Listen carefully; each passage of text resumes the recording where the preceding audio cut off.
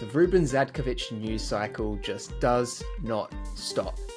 Whether it's time-wasting antics, choice words in press conferences, or a lack of results on the pitch, Zadders is often front and centre of criticism in football media. And now it's come out that a rather high-profile figure isn't exactly surprised by any of it. Eric Partaloo, the one who scored the equaliser in the 2011 Grand Final, he made some interesting comments on the A-League Off-Air podcast this week. We'll tackle all that, plus the midweek games, our weekend looks to the fixtures ahead, and some of the transfer news from around the A-League on this episode of the Round Ball Australia podcast. My name is Jacob Stevens, still hosting because Lockie's still away in Canberra with hockey. He'll be back eventually, I'm sure, unless I'm doing a good enough job that he feels like he doesn't have to. But I'm joined again by Poletti. It's just the two of us tonight, so it should be pretty chilled out and, a good fun conversation. But we've had some midweek football again, which is always good. So I'm sure you've been busy watching the dub and just, being Poletti. Yes, just the two of us. I'm not going to bust out the karaoke. No one needs to into that. I'm watching a heck of a lot of football. It's the A-League's summer of football just has not stopped this week. Yeah. I've been enjoying it, just fresh off the back of a Western Sydney Wanderers disaster class in the A-League women, falling 3-0 to Wellington with a red card to boot. Great victory by the Phoenix away from home. Tough one on the road, midweek games, never easy. But we are here to talk about A-League men. Because a lot has happened in the A-League men. If you want your A-League women football fix, tune into the Dubcast. There we go. On this week's episode, we covered basically everything that could have happened in Australian women's football this week.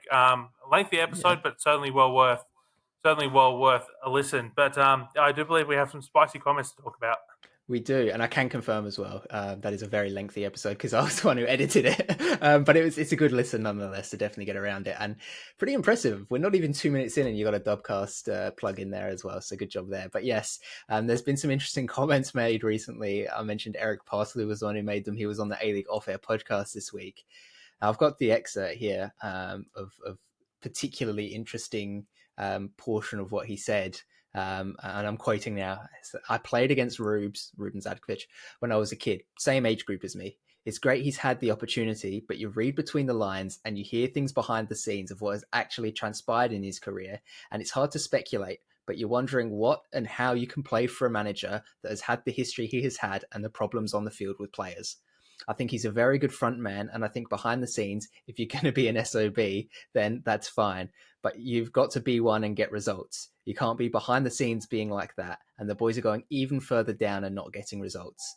But at some point, they need to make a decision. They're not going to make the finals, so what is the club waiting for?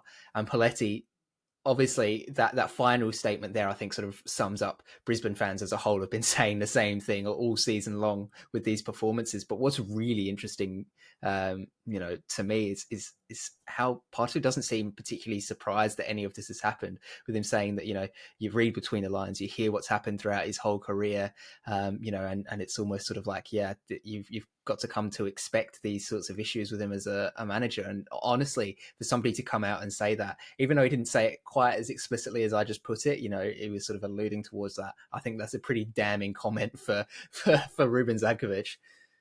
I mean, damning is probably the right phrase or the right word of choice there for it. I mean, when I heard this, I was like, oh, that's stiff. That's very tough on Zadkovich. But I think that last line there, they're not going to make finals, so what is the club waiting for? I mean, we know Brisbane don't have money. I don't remember whether this is the last year of his contract or if, he signed the 2-year deal. This is but the point is the club probably can't afford to be paying out a contract, bringing in an interim because... Oh, that's right. Yeah, so last year it was Ross Aloisi, then it went to interim, then it went to Ben Khan, then it went to Zadkovich, who was brought in as assistant initially to Khan, and then I'm pretty sure Zadkovich signed a 2-year deal. So he's not even halfway through a 2-year deal. It's a tough one because can the club really afford to be paying someone to stay on the sideline at the moment? And that's the thing, right? I don't think they can.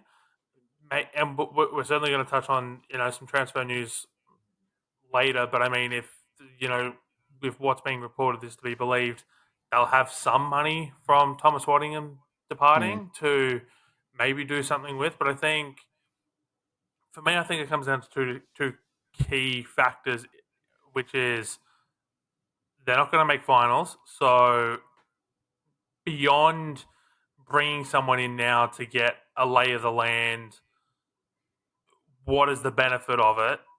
And mm, then two, who's available that would be willing to actually go to whatever the hell is happening up in Brisbane? Because yeah. everything you've heard, it's not pretty. And I know there's only 13 jobs in the A League. It's something we hear all the time with American sports, the NFL in particular. There's only 32 of these jobs. Mm, Someone's going to take it. yeah. There's only 13 of these jobs, so 14, maybe potentially 14 next year. But so someone would probably take it. Yeah. But it you'd almost be setting yourself up for career failure if you can't do well at Brisbane, because it's like the Harry Kuehl situation, right? Where he bounced around from club to club to club to club to club, didn't have a winning record at basically any of them, and Mm, now no one wants to touch him. yeah. If you're an assistant coach looking to make the step up, is this really the sort of situation you want to go into? And if you're a head coach who's bounced around a couple of clubs, hasn't had much success, do you really want to go to a club that could put the final nail in the coffin for you to actually get a career out of this? And I think the answer to all that is no. Yes, but I also wonder how much of that is because of the environment that's been created there under Zadkovich's leadership as well, right? Which is sort of what the comments are alluding to and saying that, it's fine to have that sort of a personality, but if it, comes about that you don't get those results, everybody's heads drop and you can't get them back up again, right? Because it just feels like you're being unrelenting on them. And that's probably the situation that he's found himself in and the club has found themselves in. And I mean, look, yes, there are problems with the Brisbane squad, and they're really not very good in certain areas of the pitch, especially in defence. But you can see glimpses of them playing really well, and I honestly think that the combination of being through like three coaches in a season and a half, one of them being Zadkovich, who it should be pointed out as well. It's not like he was fantastic at Perth, right? I saw a tweet which was I found quite funny that said, it's impressive to be the worst coach in the history of a club. It's even more impressive to be the worst coach in the history of two clubs, and I think that about sums up the performances that he's had on the pitch, because he's just not impressed anywhere that he's been.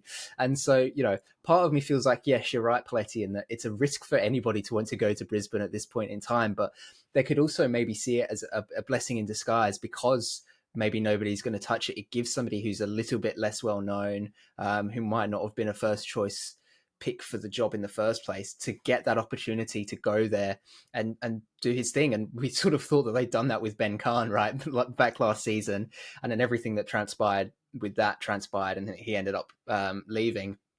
But it's another opportunity for an NPL level or a local coach to be able to take the reins and see what they can do. And I think at this point it can't get much worse than what they've had under Zadkovich, right? They've not won a game, and it's possible that they could go without a win all season with the way that they've been performing.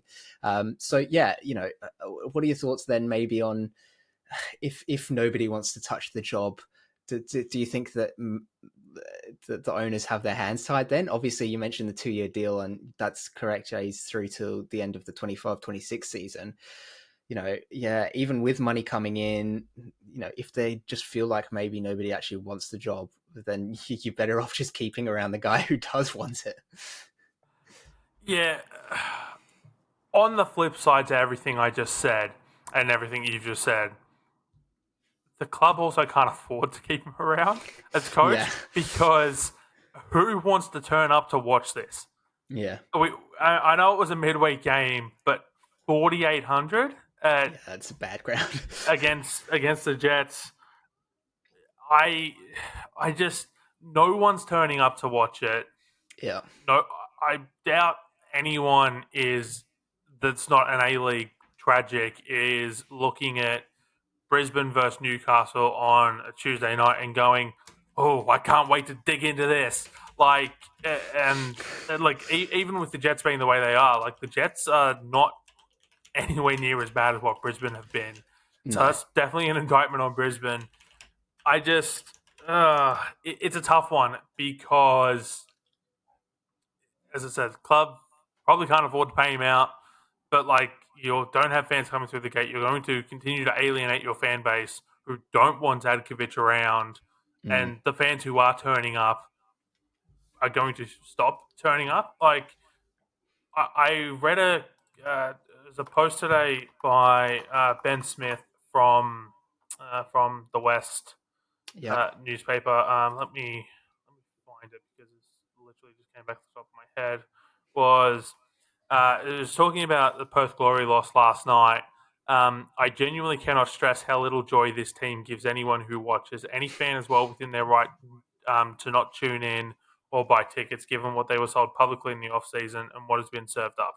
The apathy around the club from the fan base is dangerous.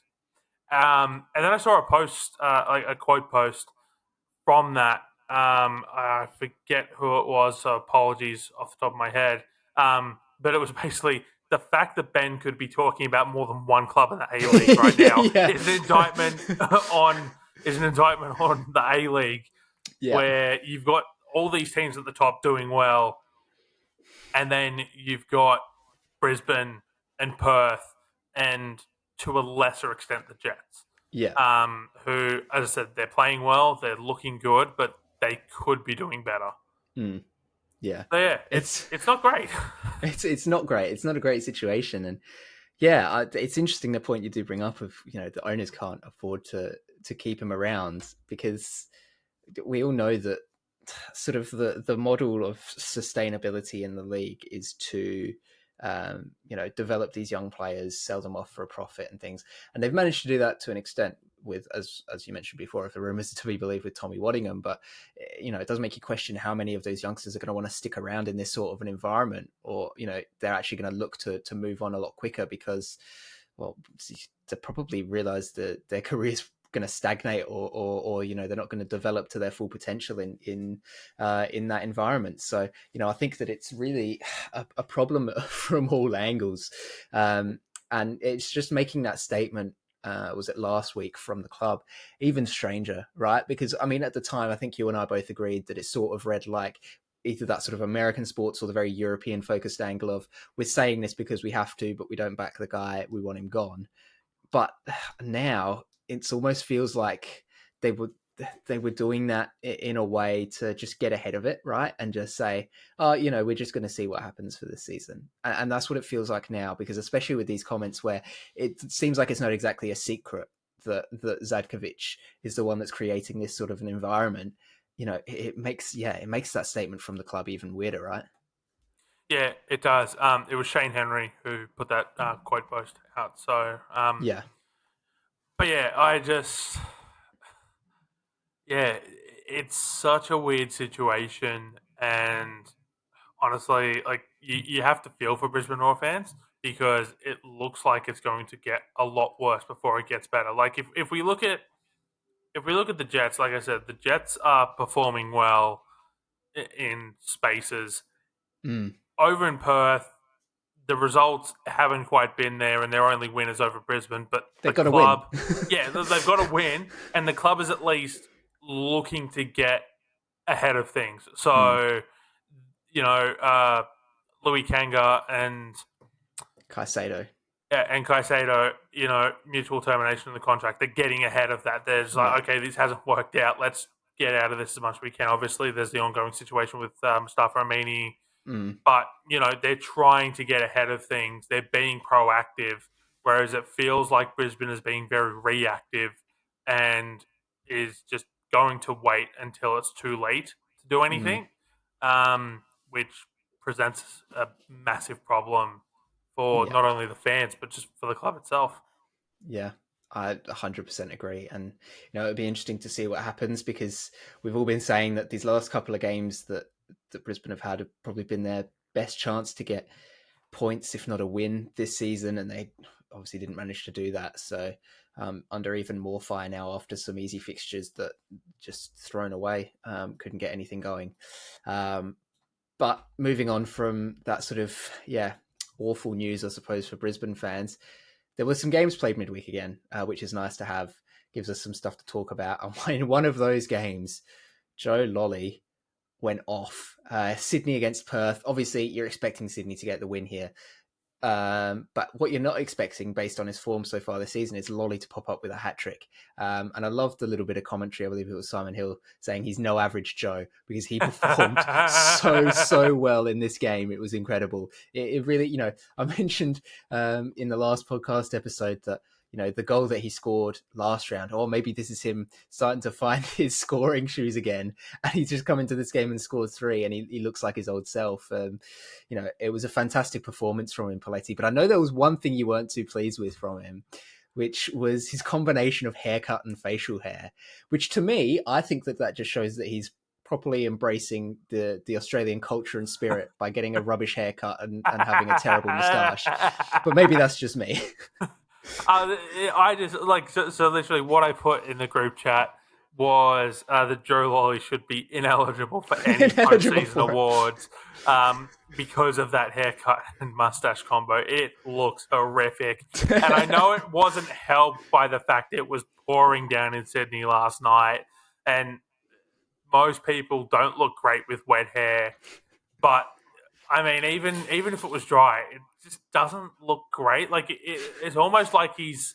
How do I describe it? Like the Beatles style bowl cut, but like with a mustache to match how bad that hairstyle is I think probably the best way to describe it. And I don't know if that's a good way to describe it or not, but that's the best I can come up with. Doesn't matter how he looks when he's scoring like that, though, right? Like, I mean, that was a fantastic performance from him. I mean, hat-tricks don't get much sweeter than that, do they? Yeah. It was, I mean, just a quality performance from him. And it's something that Sydney, I suppose, have been looking for this season, some sort of stability, somebody to build a performance around as a whole team, because there's been a lot of ins and outs. Costa's back out with injury. Who knows how long it's actually going to be, because there's been that training footage that's come out, but he seems to think that he's fine and looks like he's fine, but the reports are saying 6 to 8 weeks. So who knows what's going to happen with him. So to have Joe Lolly actually finding form again, yes, okay, it's against Perth, like I said, but you've got to put away the chances, and he did that. And his first goal in particular was really well taken. Obviously had a penalty as well, and he had a couple of other chances throughout the game as well. He could have had 4 or 5 goals total. So Poletti, I think that Sydney maybe I feel like I say this every week, but are they starting to find their feet in this competition, or are they just going to blow it away again in the next game? I mean, they play the Mariners, so there's certainly a lot worse sides that they could come up against, and that's not a knock on the Mariners. It's just that they could be coming up against an Auckland or a Victory, or like a side that's well above them on the ladder. I mean, yeah, I'm going to do the coward thing, and I'm going to say I want to see them on Saturday before I declare they're back or anything like that.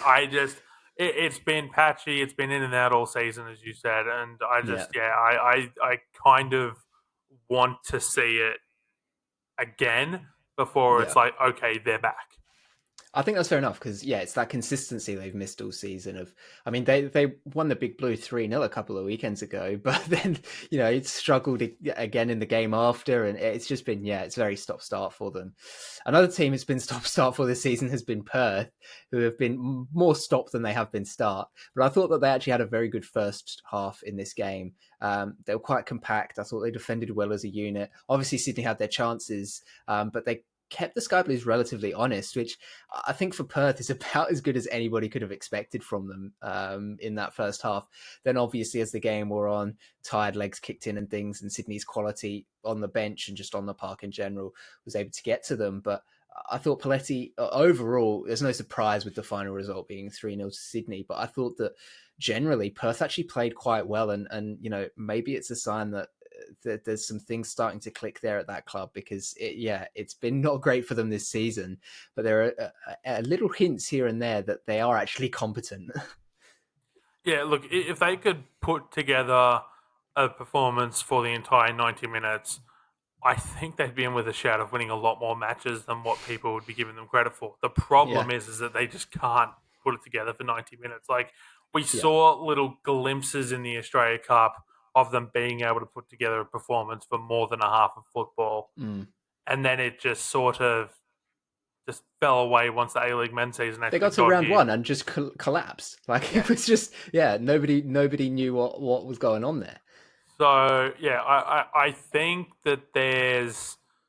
Uh, I think that if they can recruit well in January and spend the money the club is willing to spend whilst remaining under the salary cap, I mean, we know the A League loves a good mutual termination, and mutual termination season is the transfer window because we don't have a domestic transfer system. That's right. So, I reckon we're all going to wake up on Thursday morning next week and we're going to just see a string of mutual termination announcements. And it wouldn't surprise me if half of them come out of Perth, um, and they lose like 6 players, but only sign 3, but they're 3 high quality players. Like, that wouldn't Yeah. surprise me if day one transfer window, that's the vibe that Mm. happens. And finals is probably not going to happen. It is the No. A League, so can't say with definitiveness that it's not going to happen. I mean, Adelaide went, what was it, 8 undefeated in 1 year, and then just came barnstorming home to win the grand final. 2015-16, yeah, started Yes, the season so without a like win for we've nine seen rounds. teams have terrible starts of the season Yeah. and come home strong. I know we're a little bit further down the track this year, but I mean, you only need 40 points to get in, and Perth already have 6 of them, don't And it's a they? tight table this year as Yeah, well, right? Like everyone's super close. Even Perth, they're lagging behind a little bit compared to the Jets in front of them, but they're still just about within touching distance. Where if they can turn some of these games, some of these losses into draws, some of the draws into wins, they might be in with a shout for sure. But it's Perth as well. That's the other thing. But I do agree that I think January is going to be make or break for them. It seems like the club's looking to be pretty proactive already. Obviously, we mentioned Louis Kanga, Christian Caicedo have already been cut, Mr. Ferramini as well. So it does look like they go, right, we've signed some players who aren't good enough, rather than just do the thing of the A-League thing of just seeing out their contract. Brisbane and Zadkovich. They're being proactive and they're getting ahead of it, and they're going, we know that they're not going to contribute, so we're just going to get rid of them and see if we can bring somebody else in January. It helps as well that Kanga and Caicedo were imports, so that opens up 2 visa spots for them as well, which is huge. And if rumours are to be believed, they're targeting at the moment an international player, which could be a big get for them given the supposed experience that this player has. So the club do seem aware of the problem, right? And it looks like they're going to try and attack it in January. But yeah, we'll just have to wait and see for those guys. Another team that might look to do a lot of attacking in January is Melbourne City, and they actually managed to get a really good result over Western United midweek. They got a 2-0 win over the side from Tarnier, who have had one of the best form lines in the league over the last couple of rounds. They've been absolutely on fire, but City held them goalless, scored 2 of their own. And this is a City, again, clearly they don't have a goal scoring issue because they're still scoring goals. Poletti's got in on the act again, and he looks like a really, really good talent. He's had quite a few minutes this season, but he's played 80 and 90 minutes in the last 2 rounds, and he scored 2 goals in those. So I think the more minutes he's going to play, the better he's going to get as a player. And I think that also the fact that there's so many injuries in the squad, while that might hamper some people because it means you don't have quality around you to provide for you, I think for Poletti's, perhaps it's actually given him a bit of freedom, right? Because he looks so good on the ball. He's scoring goals really well. There's a composure there that we've not quite seen from a lot of young strikers throughout the A-League. We're seeing a lot this year, obviously. Waddingham, Poletti's, Botic for Western has been pretty solid as well, and then the 2 Adelaide strikers as well. But it's good to see that again, and that the injuries have also given him the opportunity to shine. So I think Poletti, I'm not going to go all in on him just yet and mark him down as definitely the next big thing, but I like what I've seen from him so far, and perhaps a bit of an answer to City's prayers as to who's going to score the goals. I mean, we certainly have a habit in Australian sport of declaring someone to be the next big thing, or Yeah. the next Harry Kewell, or the next Mark Viduka. with like 5 minutes of sample size or something like that. Like, different sport, I know, but if you look back to 2 weeks ago, literally everyone was ready to give Sam Constas the king to the key to the Yeah, key to the yeah, city around the country, and then a week later they're absolutely sledging the crap out of him because he's gotten yeah, out for 23 and like just whatever. So it's like we have a very unhealthy habit of going early in Australia on these sorts of players. But I mean, it's a good performance, and yeah. you can only beat who's in front of you, and you can only perform against who's in front of you. And it's going to be a case of with so many injuries, and I know that the Paramount broadcast cut to all of them sitting in the stand, and just like literally, it was like knee like leg brace on. It's just like They could all of field a the top four team out of injured players at this yeah, point. basically, yeah. But it looks like a hospital ward of everyone Yeah, just sitting there in their green seats at Amy Park with how many injuries they have and a lot of good names. yeah. So as long as those players are still injured, I can't see a reason why he's not at least going to be given the chance to perform. Mm, for sure. And while this was a good result for City, right? I don't think it was a bad thing for Western. If that makes sense. Like I don't think that they played that poorly. That they 100% deserved the loss. I mean, City were the better side, yes, but Western created plenty of chances themselves. Just off the top of my head, there was one I believe in the first half. Was a Grimaldi ball into the box, and Ibasuki, it's just gone over his head by a matter of millimeters. If he gets his head on that, it's probably at the back of the net. There was a chance right at the end in added time. A ball put through to Noel Botic was one-on-one with the keeper and just sort of didn't quite connect with it. Like they were creating chances, and Matt Sutton had another good game in goal, just saving just about everything, left, right, and centre. So it does seem like they're still actually a pretty decent side. It's just inevitably they're going to meet their match, and somebody's going to beat them, right? And they've had the best form line in the league for the last couple of rounds, so somebody had to put them back in their place, and it just so happened they were up against City, who were up for the challenge. Yeah, absolutely. I mean, they did look good in this game at points. Mm. But yeah, it's unfortunate because Western have looked incredibly well. I believe it was on the predictions game. I said that they could go on a bit of a run, or it Yeah. might have been Tuesday's episode. I don't know. I said it earlier this week that like they were looking good. They could go on a run, could really show sides what they're doing, and then they run into the juggernaut that is Melbourne City, Yeah. who just no strikers, but they keep on winning. Yeah. It's insane. It's unfortunate that they've come up against the wrong team at the wrong time, and it's not going to get easier for Western United. If you're listening on Friday, the day of release, they play Melbourne Victory tonight. Yeah. Not That's great. about as tough as it gets in the Yeah, league this season. yeah, It's crazy. One person I want to actually highlight. We've spoken a lot about Matt Sutton. We've spoken about Angus Thurgate this season. Noel Botic and Ibasuki as well up front. But Charbel Shamoon is somebody I want to highlight because I think that they're actually really missing him at the back. Young fullback. Who, when he was in the side, they looked incredible and they were playing really well. He's been injured. Garuccio's come back in and claimed that spot again, and they've conceded a few goals now that the Garuccio's back in now. I know correlation doesn't equal causation and all that, but it did look like perhaps Western were more solid with Shamoon back there, which is a testament to the guy, right? Because he's only 20 years old at this point, and he's been touted for a few seasons now as, keep an eye out on this guy because he's coming through. He's a very good player, and sort of in a position we don't see a lot of youngsters coming through. We've got plenty of stocks in the midfield and in attack, but defensively it's sort of running a bit thin. So it's nice to see young players at Western, a club who over the last couple of seasons, Poletti, has always been criticism of Aloisi not giving game time to youngsters. When he does give game time to youngsters this season, they've been performing and they've been up to standard, and they're actually missing them now that they're out injured.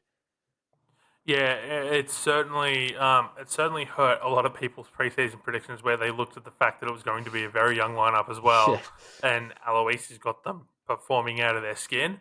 So yeah, I very very surprised by. Sorry, let me rephrase that. Very pleased by how well Western have been performing because they've been a joy to watch, but I've also been slightly surprised by it, if that makes sense. Yeah, yeah, I 100% agree. Like, I think I had them finishing. I think maybe I had them finishing bottom this season. So it just goes to show how little faith even I had in them. So no, fantastic to see them turning it around. I just Um, looking at the little I'm just looking at the little sticky note that I have attached to one of my monitors. With my prediction, I had them in 12th. there we go. So The only yeah, the only one I think I've gotten right in terms of where they are on the ladder is Brisbane in 13th. And look, I'm not saying I'm a genius, but but it certainly looks good at this point in time. All right, the final midweek game that we had, the Jets in Brisbane. Now, look, exciting is a word that's used to describe football quite often. Not quite sure you'd use it to describe this game. It was a 1-0 affair between two of the three worst sides in the league this season. Much like that Perth Brisbane game a couple of weeks ago, it was Lockie Rose who managed to grab the goal, which I absolutely love to see Poletti because you can tell he's been chomping at the bit to get back yeah. out on the field for the Jets. I remember at Unite Round being in the press box and he was in the Jets corporate box suite just off to the right. We could see him and he was celebrating and oh no, and shouting at the rest from the stands. And I was like, I can tell this guy just so desperately wants to get back on the pitch and be a part of it. So to be able to go in there and grab the winning goal. Okay, yes, it's against Brisbane, but it was a tidy little finish, a really good ball in from Aquilina to set it up. And the Jets now, they're starting to find results where in the early part of the season, Rose misses that chance, right? And it hits the crossbar. I think back to their game against Adelaide United where he did exactly that. Very similar circumstance. Ball's cutting back in across. He hits it straight into the crossbar. They don't score. They lose 1-0. Here they flip the script and it's gone in the back of the net. So perhaps sort of finding that luck. But yeah, it's great to see Rose to be the one to get that goal. Oh, absolutely, it is. As someone who has quite a bit of experience with Lockie Rose from his time at MacArthur, just so full of energy. One of the most positive people that you'll meet within a footballing squad. Just always wants everyone to do well, wants the best for himself. And you saw that every time he got his chances at MacArthur was Mm. is always coming on. It was like the Energizer Bunny. I think back to an AFC Cup game. It's the one where they got knocked out against the Mariners, going Yeah. into extra time, and literally like not even 2 minutes in or whatever it was, like he scores. He runs straight to the bullpen, just so full of energy, so excited, just cheering, and like, yes, they ultimately went on to lose that game, but like every time he put the ball past the goalkeeper, every time that he did something spectacular, or even any one of his teammates did something spectacular, he was just riding on every single emotion, as Mm. you saw at Unite Round. And that's just who Lockie Rose is. So this doesn't surprise me a bit. And yeah, super, super happy for him. One thing that I did want to touch on with this game, though, was the non goal controversy from the Yes. first half. Yes. We don't have goal line technology in an A League, but what people need to remember, because I saw some brain dead takes online about this, camera angles can be very They can be. deceiving if they're Yeah. not directly in line. And we see this with offside calls on a regular basis where it looks onside and then they They get draw the lines. they draw the line, Yeah. they get the little chart out. They've got some I think they've got some sort of software, whatever it is, to Yeah. work it out. The minimum broadcast standards in the A League, I think it's 7 or 8 camera angles. That is a minimum broadcast standard in the A League men. Right. I mean, I don't understand how hard it is to have a camera in inside the goal itself, like perch it up into the corner. Like I know that when the MLS was, I want to say it was only on ESPN games. I want to say, but they had a goal, like they had a camera set up in the corner of the goal. I don't understand why we can't do that in the A League. Like a remote camera Mm. isn't that hard to operate. But that's for the powers that be to decide. But yes, camera angles can be very deceiving. I'm sure that VAR did their due diligence with it. there was one of the Champions League a few years back as well, where it was thought that the ball had gone out of play. I think it was a Yeah. Tottenham game, and then you literally had showing it that because of the camera angle, the ball was Mm, actually still in play. Yeah, things aren't always as they seem. They can look deceiving, and optimistically, I want to believe that they made the right call, yeah. regardless of how it looked from a 45-degree angle to the right. But not only that, but also then like a 45-degree angle above head Yeah. from where the center camera was. Not the best angle to be looking at to show whether it's crossed the line or not. No, and I think like watching it when it happened live, I didn't go, "Oh, that was over the line. Why haven't they called it?" Like it was one of those ones that was close enough that I was like, "Oh, let's see the replay on that," you know. And then, of course, with the replay comes that discussion of camera angles. And again, I think it's one of those ones where it's so close to the line that if it is over or if it isn't over, you can't really tell the difference, and that's the issue, right? It's the same. They have the discussion. I don't want to bring it up again, but cricket, right, where the catch and the hands under the ball on the ground sort of thing, and the camera angle, and can you see the fingers under the ball and all that rubbish, right? It's the same sort of thing here, where it's like you can't 100% tell unless you have a camera right there staring at it. And in more, in richer leagues, they can afford to do that and they can have the goal line technology. But we're in the A League, so we don't get that benefit, and we only get the eyes of, it's usually the assistant referee on that side who'll be making that call. So it's tough. But yeah, look, on the replay, I can't say for sure that it is or isn't. I think it's closer to being over the line than it is closer to not. But yeah, you cannot say for sure. And being an Englishman, I can't say that I'm not used to this sort of thing. My mind immediately goes back to the 2010 World Cup against Germany. That one, I don't think the camera angles were deceiving. I think pretty clearly over the line.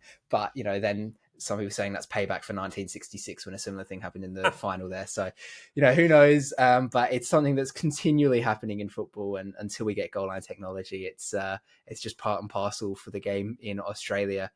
But I want to just chat quickly about Brisbane again. We sort of mentioned them at the top with Zadkovich, but the Jets have managed to avoid the humiliation of losing to the Roar, who continue to be awful.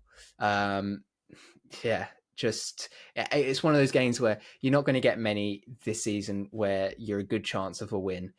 Game against Perth, game against Jets are probably your best fixtures for that, and they just couldn't get it done. I mean, they showed glimpses in attack, especially where they looked all right. They couldn't put the ball in the back of the net. They couldn't play cohesively as a unit. They couldn't defend. Poletti, story of the season for the Roar, right? I mean, they're 0-2-9. That Yeah. tells you everything you need to know. It's not it's not pretty looking, as a sort of said already. They shipped 26 goals. The only side who has shipped more goals is Perth Glory. They've Not great company to be in. No, Perth Glory have also scored a league low 7 goals. Brisbane tied with Newcastle and Wellington with the third least amount of goals scored with 12. The Mariners with 11. It takes out the number 2 spot. Yeah. But yeah, it's not pretty. We've already talked about kind of everything that's been going on at the club in terms of this, and I think this is just going to be just a continued story every week when we discuss the Brisbane Roar. I mean, it's a game against City. They play Melbourne City, they play Sydney FC, then they play the Wanderers, then it's Wellington and Newcastle again. So you want to say that there's probably 2 winnable games in there for Brisbane, but I think that is being very Yeah. optimistic. I think they've shown they can't win. I think they can get 3 points out of this stretch. I don't know where those 3 points are going to come from. Is it going to be a jaggy 1-0 win away from home against Newcastle? Is it going to be 3 draws? I don't know. I want to believe that they can do something, because otherwise it's just going to be a continuation of what is ultimately a train wreck where you just don't want to look away, but you don't want to watch it either. Yeah, yeah. Well, speaking of train wrecks, I want to stay in Brisbane really quick. Perry Park has been a train wreck in terms of negotiations over its renovation, but we've seen some interesting renders come out this week of plans supposedly by the Brisbane Strikers to upgrade the stadium there to 8,000 capacity, which perhaps a little bit lower than most of us are saying. If you're going to upgrade Perry Park, push it to a 12, 13,000 capacity, so you could have the Roar play there and stuff like that. But an 8,000 capacity, the killer part of it is that the Strikers have reported that they believe they can achieve that without government funding. And Poletti, that's been one of the big holdups this whole time, is getting the support of the government to help redevelop Perry Park. If it's true that there are plans that could possibly be executed by the club to get Perry, okay, it's not going to upgrade all of the facilities and the change rooms and things like that, but it's going to get some extra seats there. It's going to make it a more viable venue for a lot of fixtures, and they can do that without having to go through all that red tape. I mean, maybe I'm dreaming, but this seems like a pretty good scenario for Perry Park at this point in time. And I'll give my take on Perry Park when we come back from commercial break here on the Brisbane Roar Power Hour here on the Roundball Australia. No, look, I mean it's oh, look, I was saying this before we recorded. I don't like this number here that's been thrown around of the 8,000 capacity. Now I understand it might be necessary to only have that number without government funding. I mean, look, as long as the broadcast facilities are decent, if it's going to be hosting A-League men games and A-League women games, or continue to host A-League women games, because some of the camera angles on A-League women games from Perry Park aren't great at times. Yeah. I think as long as there's the ability there to leave it open for a further extension, because otherwise, if you're only doing it to 8,000, are you really going to be able to use it for anything that's not NPL football in the future? Like maybe Brisbane Roar women and the A-League women, like who got almost 3,000 to a midweek fixture at Perry Park. So like the demand is clearly there.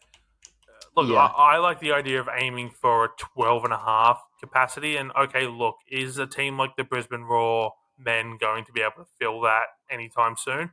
No. But is it not hard to believe that they go, because this probably wouldn't be 2 or 3 years down the track. Is it not hard to believe that they tear what they've got down now, go through their rebuild, and in 2 or 3 years' time, they're getting 10,000 on a regular basis? I don't think that's out of the question. If they can just strike on a couple of key players and put together some results, the fans will come back. And so I know that the idea of having 8,000 completely sold out seats every week is probably appealing. But I think, is the A-League really in a position where we can afford to be locking out 2,000 fans, 3,000 fans every week? And I don't think it can. So, like, if the Raw want to play here and work with the Brisbane Strikers, and I think the capacity needs to be at least 5 figures. That being said, it gives great incentives for people to purchase memberships. So, Yeah. To secure their spot. that becomes guaranteed income for the club Yeah. and everything that they have to do. But yeah, if you are in Queensland or even just around the country, you've been to Perry Park or anything like that. Believe today is the final day Yeah. For for the submissions. the submissions for the Olympic Games review. We'll put a link to that in the show notes or in the description, I should say. I don't know why I went to Beyond 90 for a second there, who have the actual show notes on the Beyond 90 website. But yeah, no, we'll put it in the description. You have until 11:59 p.m. Australian Eastern Standard Time, Friday, 10th of January, to do that. So tonight. So if you're listening to this on the day of release, get on it. You want to put a submission in, get to it. Yeah, 100%. And we urge anybody who's invested in the growth of football in this country to go ahead and do that as well. But we're going to head on to our weekend look now, Poletti. I think your first time ever taking part in one of these, so exciting. Obviously, bunch of fixtures ahead. If you want our full preview, predictions, everything for the weekend, we've uploaded that to our YouTube channel, Roundball Australia, so go check that out. Proper in-depth look at all of the fixtures ahead. But right now, we're just going to be doing 3 quick little things. So first of all, your burning question, Poletti, what is it you want answered this weekend? Can Brisbane even look competitive against Melbourne City? I know we've just spent what seems like the entire episode trashing Brisbane Roar and everything that's going on up there. But I think that's the question: is Melbourne City have no forwards Yeah. that are recognised forwards that are any real experience.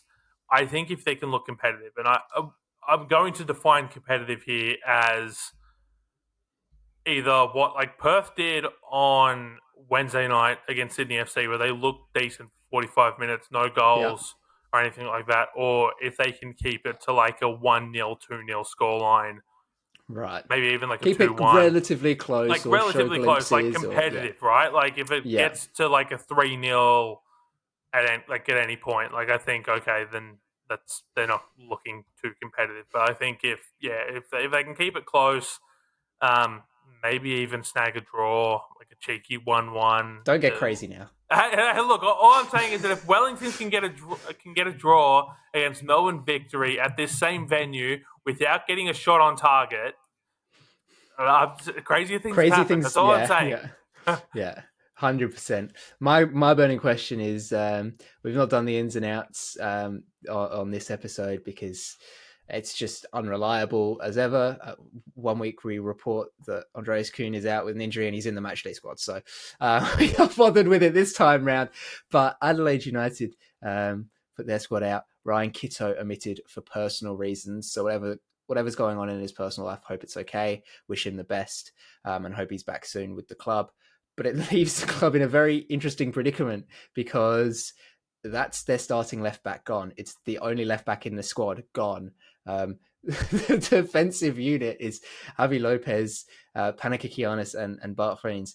Kikianis and Freins have been starting the season. That's fine. But Javi Lopez hasn't started yet. I don't think he's played minutes since the Australia Cup. How are they actually going to field a team with like no defenders in the squad? Carl's going to have to come up with some crazy formation, 2 at the back or something insane like that to be able to make this work. He's got his work cut out for him, and against a side like Wellington as well, who are going to look to exploit weaknesses, it could end up quite badly. But it's going to be interesting to see how Adelaide decide to line up this weekend. 2-1, 2-1, 3-4, and hoof it long at every opportunity. Something like that. It might work. Who knows?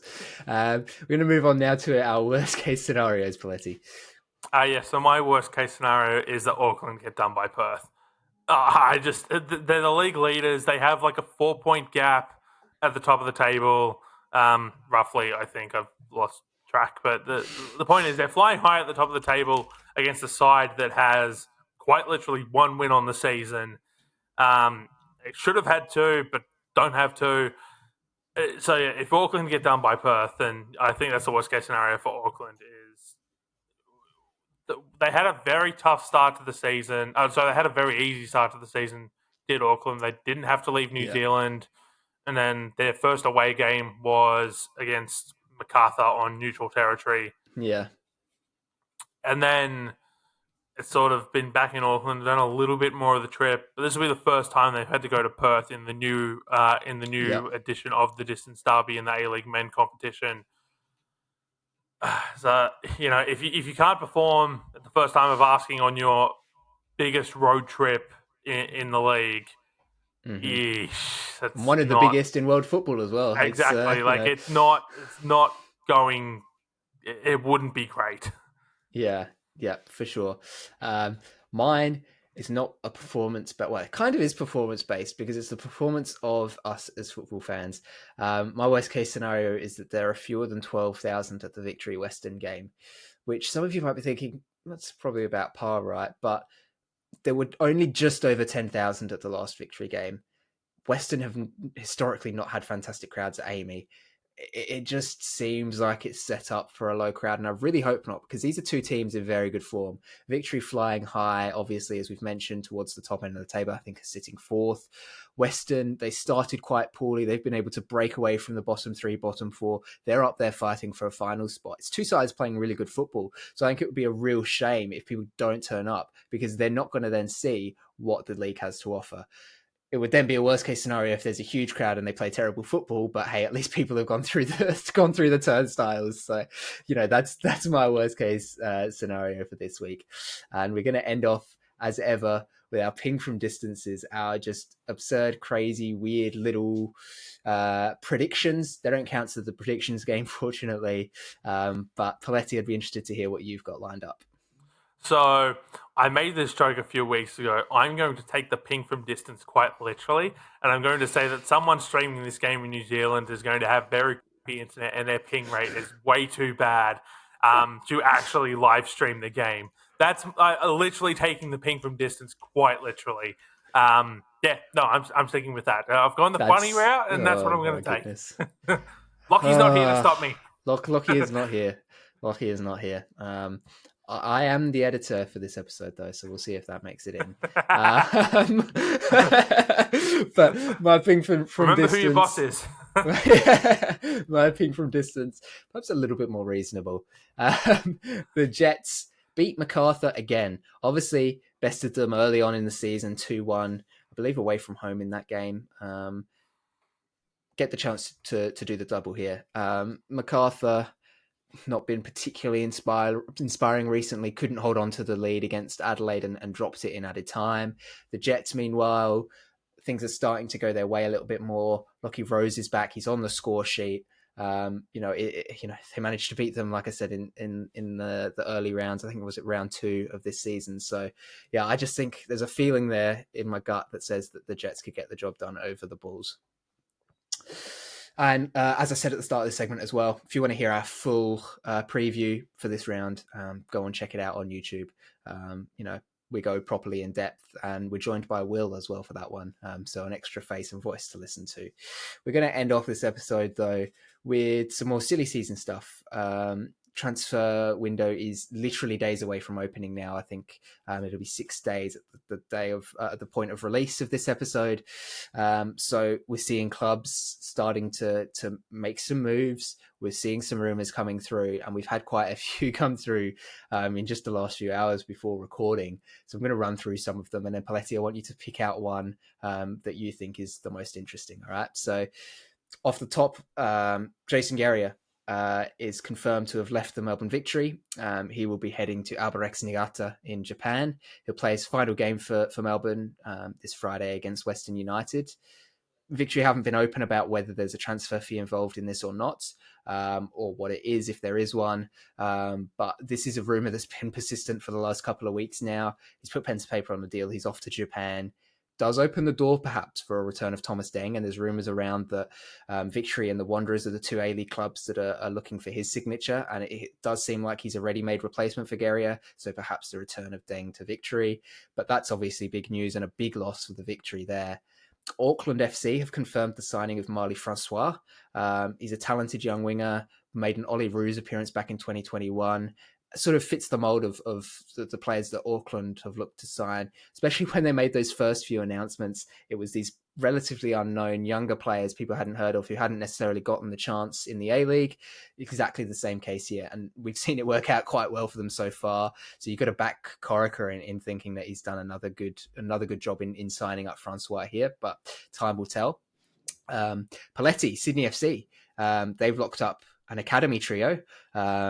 Will Kennedy, Nicholas Alfaro, and Tyler Williams have all signed on, which is huge because Sydney, I've just mentioned Corica, right? But Sydney under Corica were known for letting youngsters go and not giving them game time. So to see them secure a bunch of them now ahead of time, that's huge. Will Kennedy's 19 years old, Alfaro is 16, and Williams is 17, just FYI as well. The Courier Mail is reporting that Tommy Waddingham is going to leave Brisbane Roar for Queen's Park Rangers in England.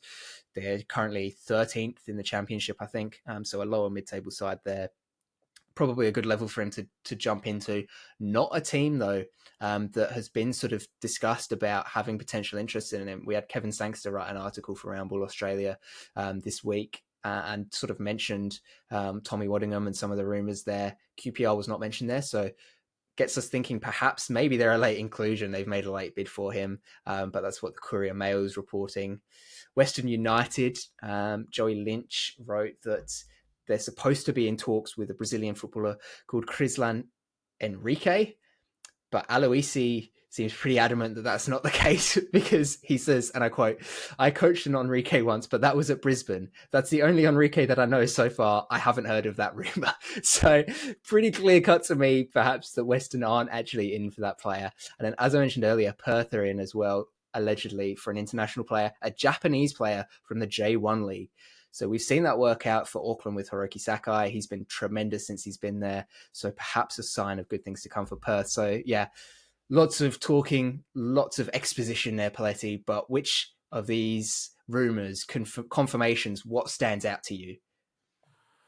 For me, it's the Jason Geria to Albirex Nagata in Japan, but not for the reason you might think. Right. I've literally just watched a Melbourne Victory side lose a defender, albeit to retirement, and play a game after having lost said defender in Beatty Goad, who's not even a defender, an attacking midfielder by trade, but her footballing IQ is so great that she's literally basically. And she's been doing a job for them at left back this season. And when they played Western Sydney Wanderers on Sunday, the Wanderers literally just targeted the side that Beatty Goad had been playing at left back and were running all their attack through there, and Victory looked all out of sorts.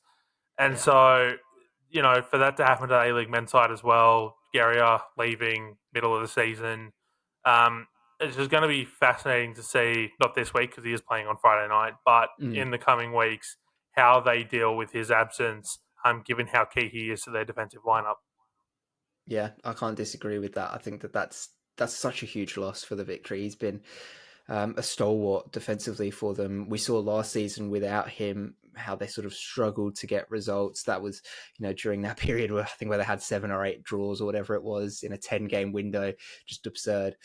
He's a very, very talented player. But like I said, it does potentially open up the door for a return of Thomas Deng. Maybe a bit more upside with Deng, obviously him being younger, but Gary is the more proven product. But we'll stay posted on that.